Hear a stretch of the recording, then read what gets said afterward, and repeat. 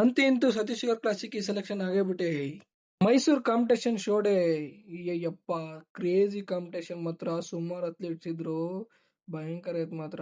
S, Kodagu competition ಮುಗಿಸ್ಕೊಂಡ್ಬಂದು bag ಎಲ್ಲ pack ಮಾಡ್ಕೊಂಡು ಮತ್ತೆ ನಾವು ರೆಡಿ ಆದೆ. ನಿದ್ದೆನೇ ಇರಲಿಲ್ಲ. ರೆಡಿ ಆಗ್ಬಿಟ್ಟು ರೈಲ್ವೆ ಸ್ಟೇಷನ್ ಕಡೆ ಹೊರಟ್ವಿ. ಆಲ್ರೆಡಿ ತುಂಬಾ ಟೈಮ್ ಆಗ್ಬಿಟ್ಟಿತ್ತು, ಸ್ಪೀಡಾಗಿ ಹೋದ್ವಿ.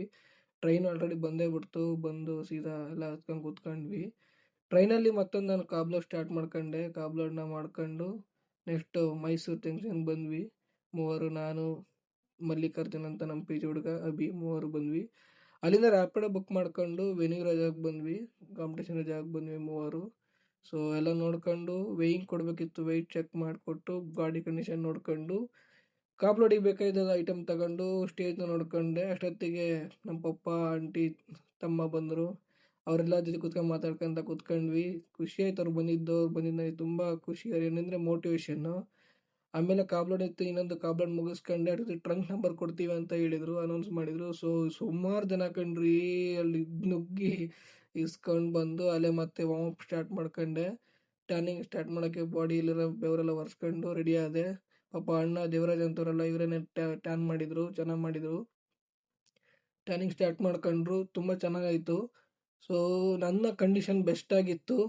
ತುಂಬ ಪಂಪಿಂಗ್ ಸ್ಟಾರ್ಟ್ ಮಾಡ್ಕೊಂಡೆ. ಅದಾದ್ಮೇಲೆ ಬಾಡಿ ಕಂಡೀಷನ್ ನೋಡೋಂತ ನೋಡಿದೆ. ಕ್ರೇಜಿಯಾಗಿತ್ತು, ಸಖತ್ತಾಯ್ತು ಮಾತ್ರ ಕಂಡೀಷನ್ನು.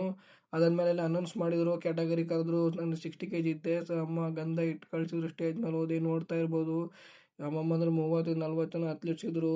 ಭಯಂಕರ ಮಾತ್ರ. ಸ್ಟೇಜು ದೊಡ್ಡದಾಗಿತ್ತು, ಸಖತ್ತ. ನಾನಂದ್ರೆ ನನ್ನ ಬೆಸ್ಟ್ನ ನಾನು ಕೊಟ್ಟೆ, ಚೆನ್ನಾಗಾಯಿತು. ಅದರಲ್ಲೂ ಮತ್ತೆ ಸೆಲೆಕ್ಷನ್ ಆದೆ ಟಾಪ್ 10ಗೆ. ಸೊ ಇದರಲ್ಲಿ ಬಂದ್ಬಿಟ್ಟು ಮತ್ತೆ ಟಾಪ್ 5ಗೆ ಸೆಲೆಕ್ಷನ್ ತಗೊಳಕ್ಕೆ ಹೋದ್ರು, ಬಟ್ ನಾನು ಟಾಪ್ 5 ಆಗಲಿಲ್ಲ. ಬಟ್ ಸತೀಶ್ ಗೌರ್ ಕ್ಲಾಸಿಕ್ಗೆ ನಾನು ಸೆಲೆಕ್ಷನ್ ಆದೆ. ಅದೇ ನನಗೆ ಖುಷಿ ಆಗ್ತಿರೋದು. ಯಾಕೆಂದರೆ ನಂಬರ್ 1 ಕರ್ನಾಟಕದಲ್ಲಿ ಒಂದು ಬಾಡಿ ಬಿಲ್ಡಿಂಗ್ ಶೋ ಅದು. ಸೊ ಅದಕ್ಕೆ ಸೆಲೆಕ್ಷನ್ ಆದೆ. ಎಲ್ಲ ಖುಷಿ ಪಟ್ಟರು ಅಪ್ಪ ಅಮ್ಮ.